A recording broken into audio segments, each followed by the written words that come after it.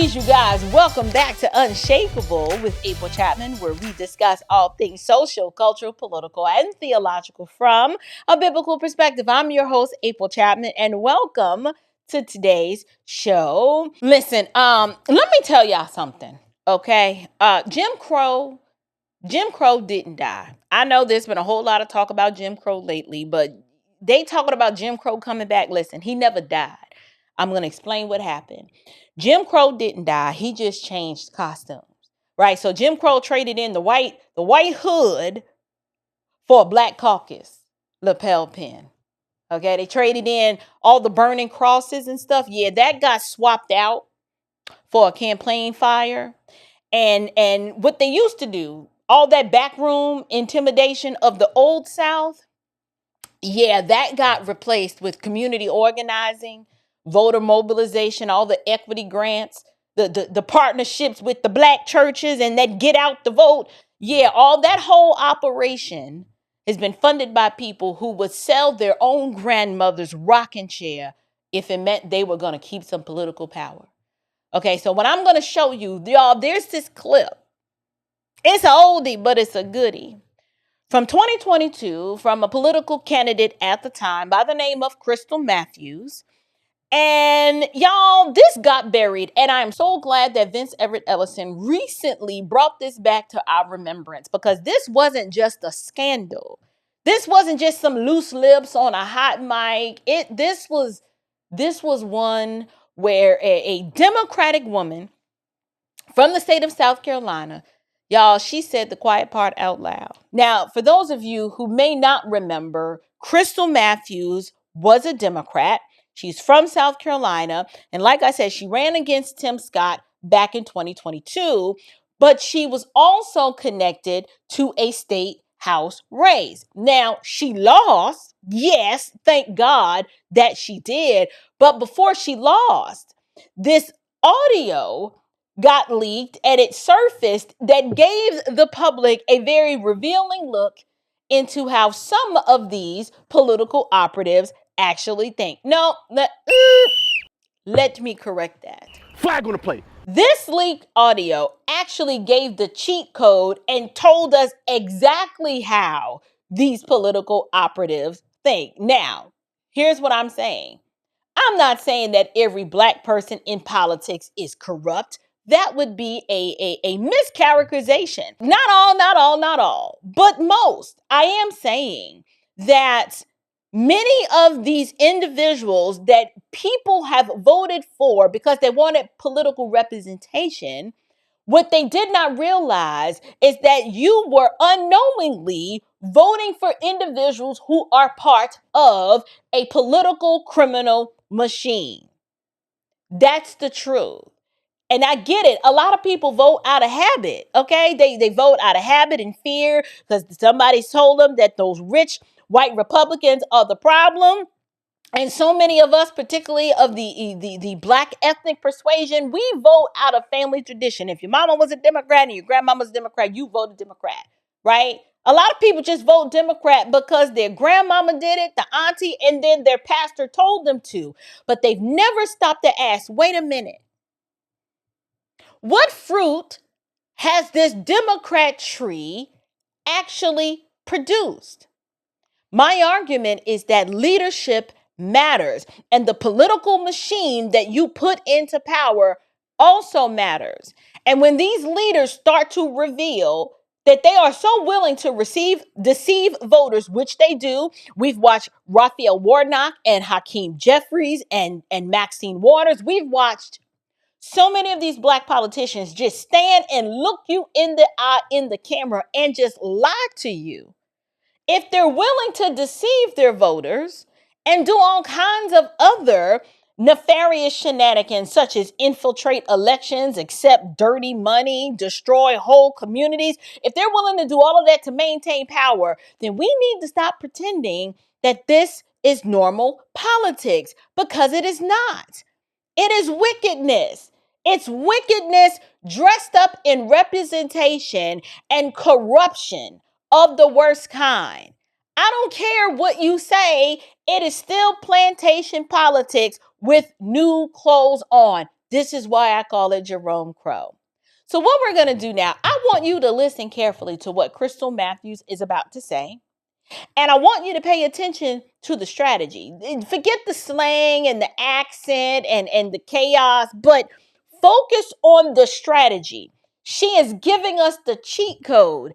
This is the part that Democrat politicians do not want you to examine. So take a look at the clip right here.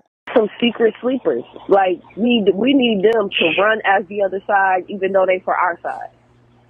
And we need them to win. Right. We need people to run as Republicans in these local elections. And this is the only way you're going to change the dynamics in South Carolina. We can battle them in public all day. As long as we know we're working for the same goal, for me, I feel like, y'all, we need sleepers. When we get enough of us in there, we can wreak havoc for real from the inside out.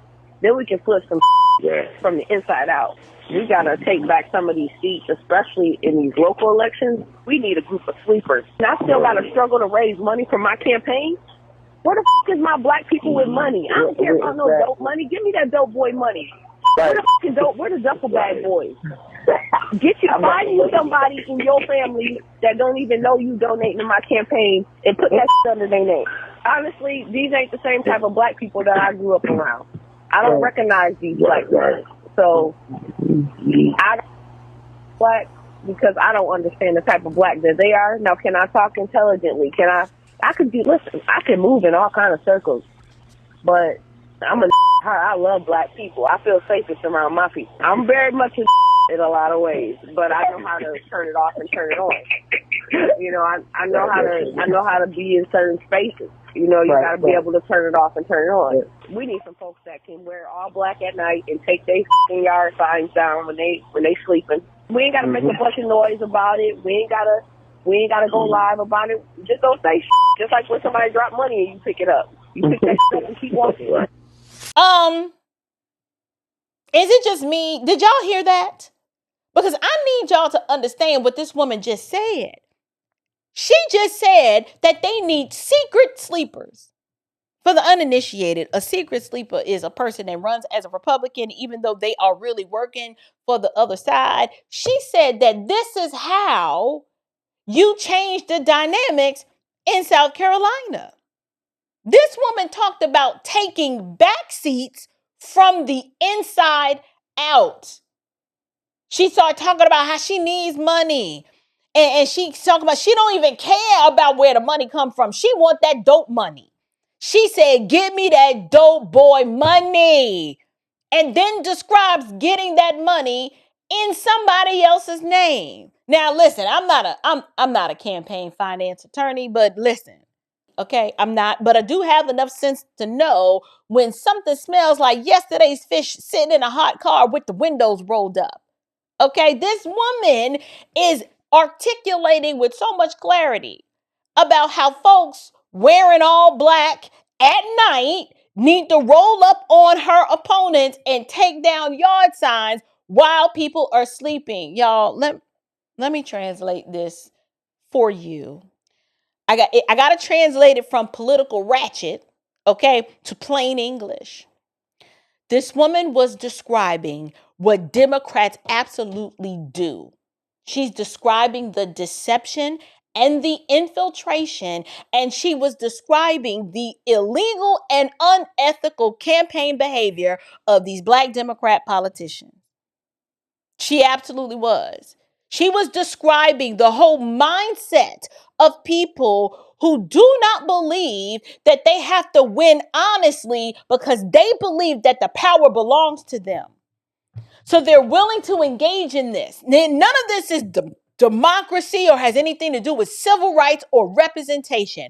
This is Jerome Crow. Jim Crow in blackface. So let's revisit the concept of Jerome Crow, because for those of you, if you are new here, let me explain to you what I mean when I talk about Jerome Crow. It's a little term that I've coined, and I use it to describe, if you know anything about Jim Crow. Jim Crow was this system of legalized racial oppression, and they used law, intimidation, political power, and just all kinds of social control to keep Black Americans under subjugation. Now, Jerome Crow is what happens when Black political elites, they just adopt the same plantation spirit and they use it against their own people. Okay? Jerome Crow is Jim Crow in blackface. So there's no white sheets. It's black suits and red power suits, right? It's not Bull Connor with the fire hose, but it's a Black Democrat politician with a microphone and a nonprofit and a church partnership and a voter registration table. And they don't have to stand in the schoolhouse door and say, y'all can't come in, kind of like they used to do in the Jim Crow South. But what they do say is, you don't need school choice.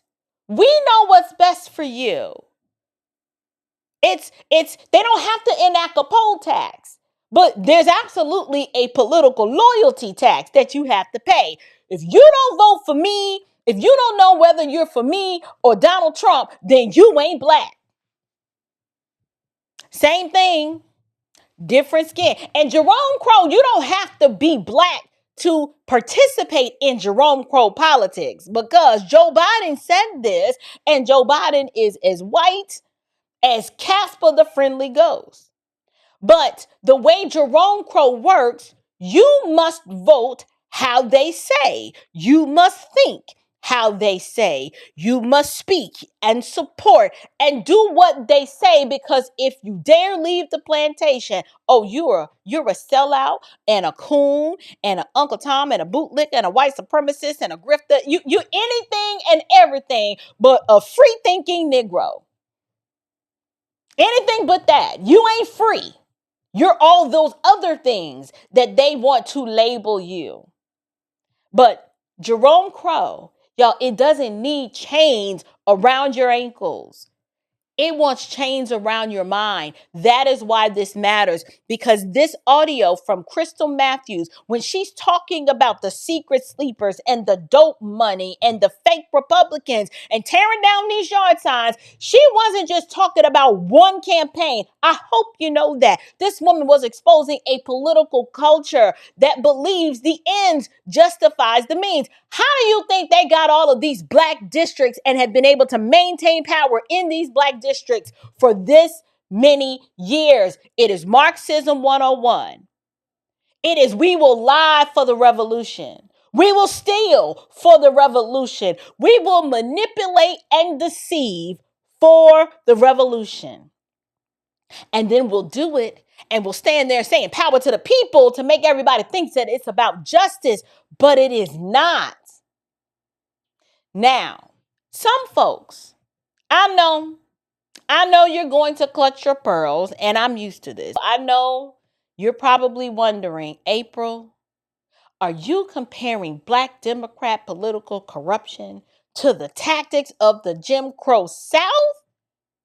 Yes.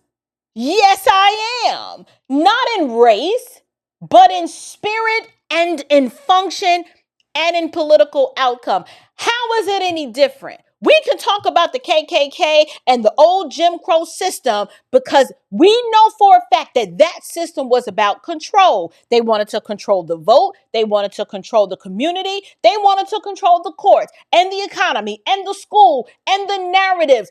Control who gets power and control who gets punished. That is what Jim Crow was all about. So riddle me this, Batman.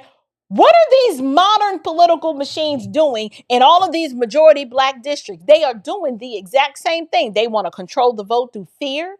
They control the churches through political partnerships and giving them street money.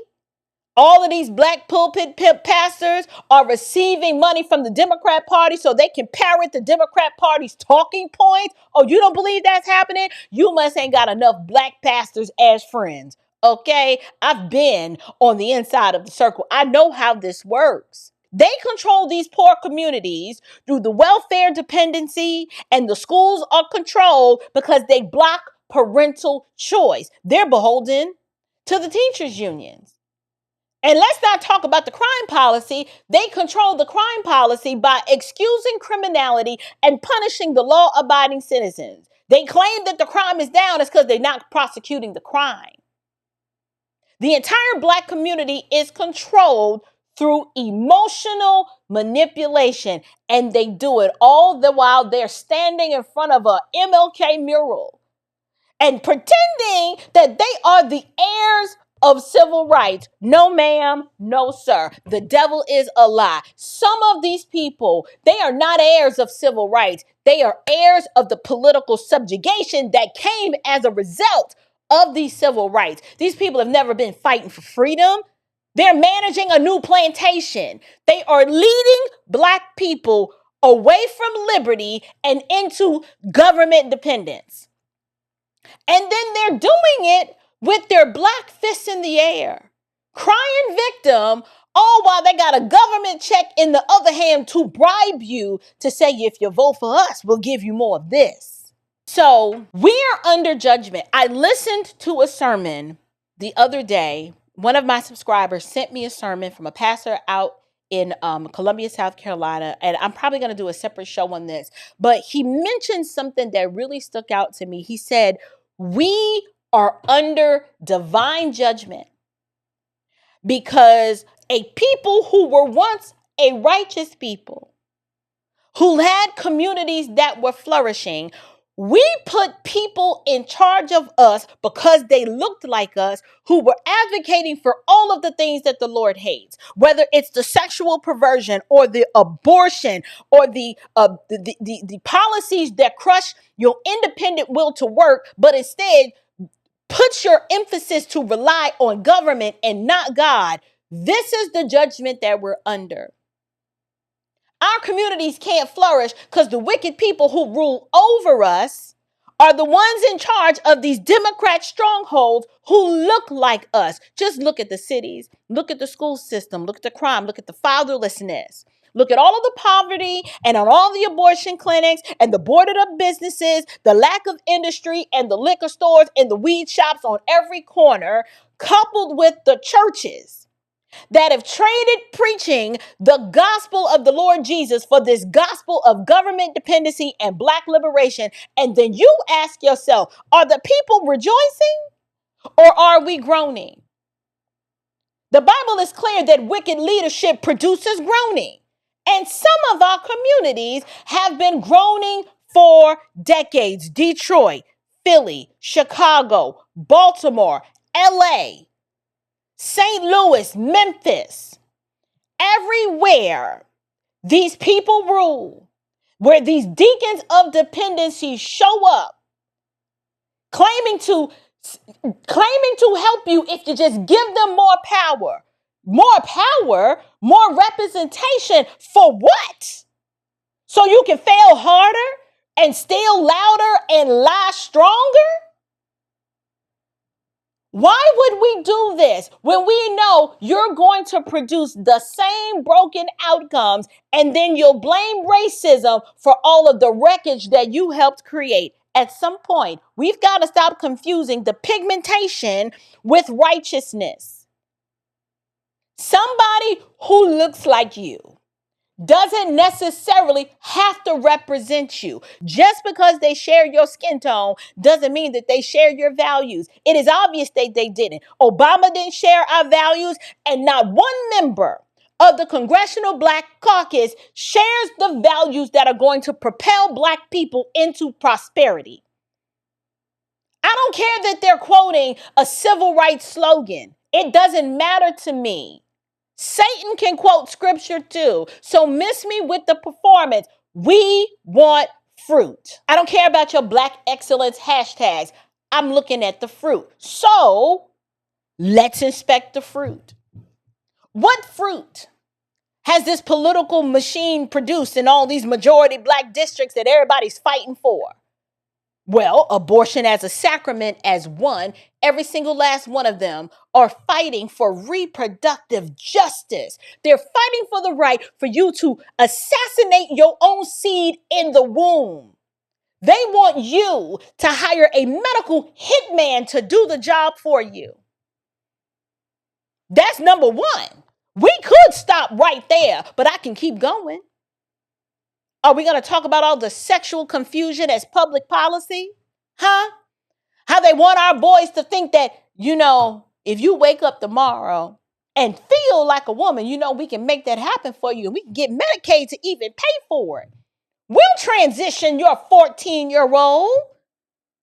You got Westmore out here saying, well, with my son, he's a liar. He doesn't believe this, but because he wants political power, he's got to sell this poison to you that if his 14-year-old son was gender confused, that he loves his son, but he would kind of just support him to be the best version of himself.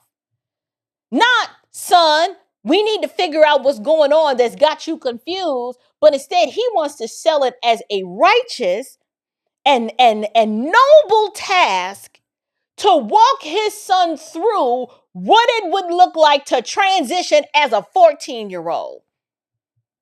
And you want me to believe that these people that look like you are for you? Not when government dependency is being sold as a lifestyle. And the only thing they can suggest is more Medicaid, more free healthcare, more free childcare, more free this, more free that. You done got a phone, you done got the internet, you done got food. What else do you need that the government doesn't provide?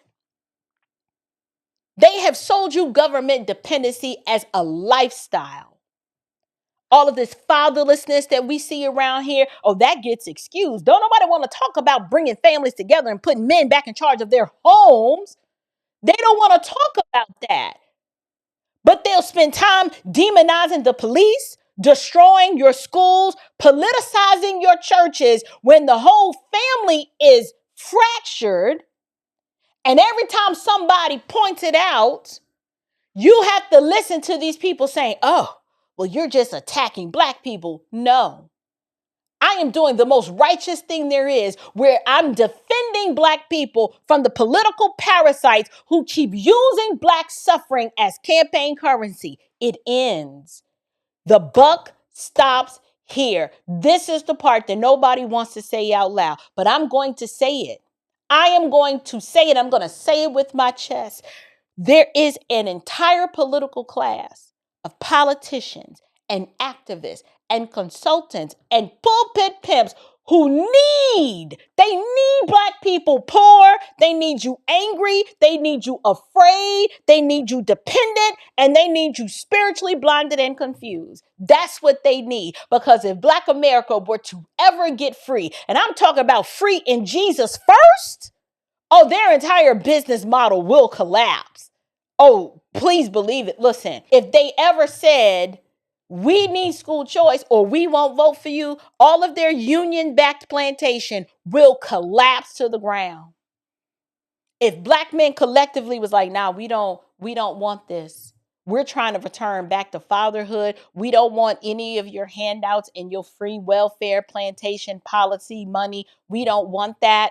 Everything, that their whole world will collapse. If Black Christians stop worshiping the Democrat Party and bow the knee to Jesus Christ as Lord, to the glory of God the Father, their church plantation would collapse too. All we got to do is start thinking biblically instead of emotionally, and their entire political plantation will collapse. This is why they're panicking. This is why they got a Puerto Rican princess from the Bronx to come down here to a Black church and to lie and to imply that the North needs to come down to the South. It's because they're panicking, because their power reign of terror is ending. This is why they're screaming when their power structure is being broken up. And they just want to cry racism. Why? Their political monopoly is threatened. And they do not want representation. They want ownership. So these Black districts have become power centers. And I think many of us just didn't know it.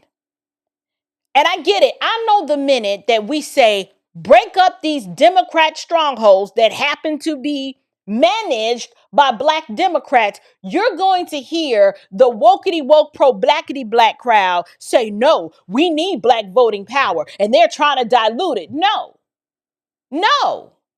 Some of us are trying to dilute Democrat corruption. There is a difference. Black people are not harmed when corrupt political monopolies lose control.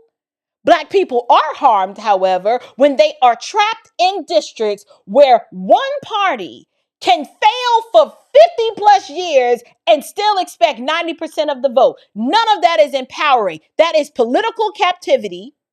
And I am speaking out saying competition is healthy, accountability is necessary, and choice is imperative. Because we've had one political machine owning a district, owning the pastors, got the pastors on payroll. They own the nonprofits. They own the school boards. They own the local media. They own the activist class, which means they have owned the narrative. And nothing about that is democracy. It is plantations with polling booths. And I'm sorry, but what Krystal Matthews revealed, this woman revealed that some of these folks are not just trying to win elections. They're trying to infiltrate systems and deceive the voters. And they are trying to use street money to manipulate local elections. Why? Because the local power grab matters. It's the city council. It's the county commission. It's the school board. Who's the sheriff? Who's the judge? Who's the DA? Who's in the state house? These are the races that matter. This is where the machinery of everyday life is built. And so, if corrupt people control those seats, who do you think is going to pay the price? Not in theory, but in real life. I will tell you, the children are going to pay the price. The schools pay the price. The neighborhoods, the small businesses, the churches pay the price. Our property values, the safety and the lack of law and order. At the end of the day, our future progeny pays the price, and we've been paying the price, and we are tired of paying. So, my argument is simple. We are under judgment for some of the leaders that we keep electing, and I don't say this lightly. Do not be deceived. God is not mocked. For whatever you sow, that you will also reap. You cannot sow corruption and reap justice.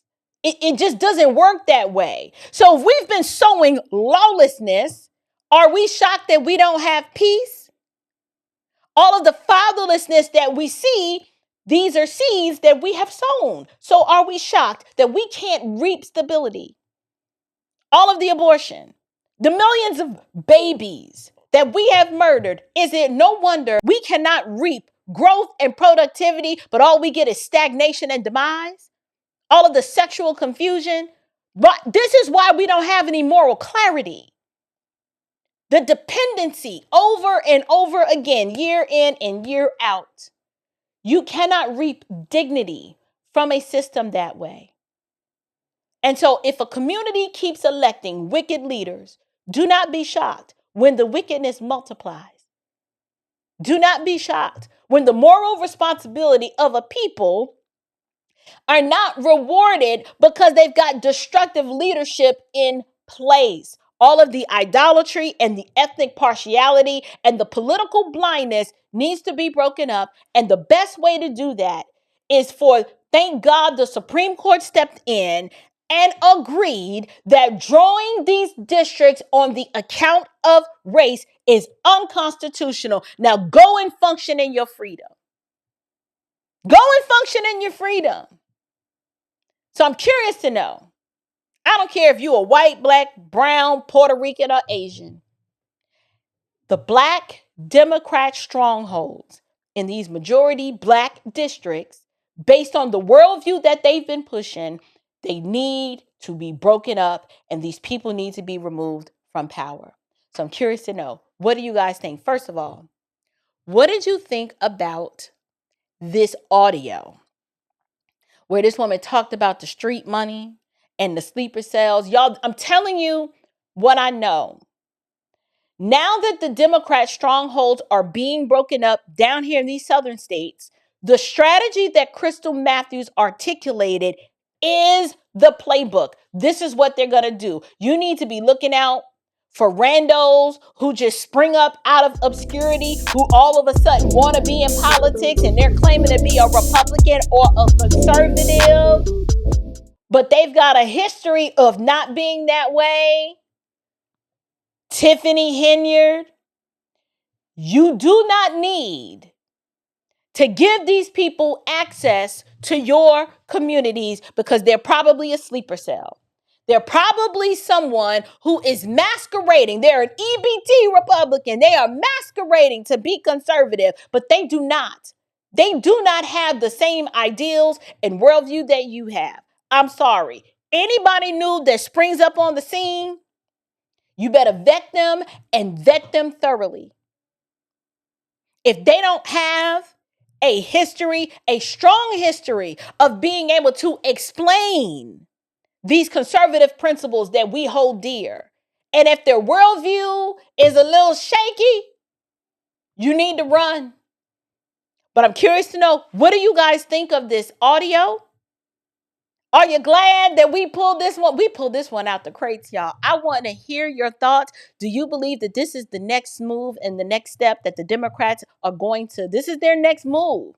Because now that the districts are being broken up and they know they probably can't win an election, these tactics are going to increase and they're going to ramp up. But I'm curious to hear from you. Whatever it is that you guys think, leave me your comments down in the box below. And until next time, you guys, stand firm, stay bold, and above all else, stay unshakable. Grace and peace.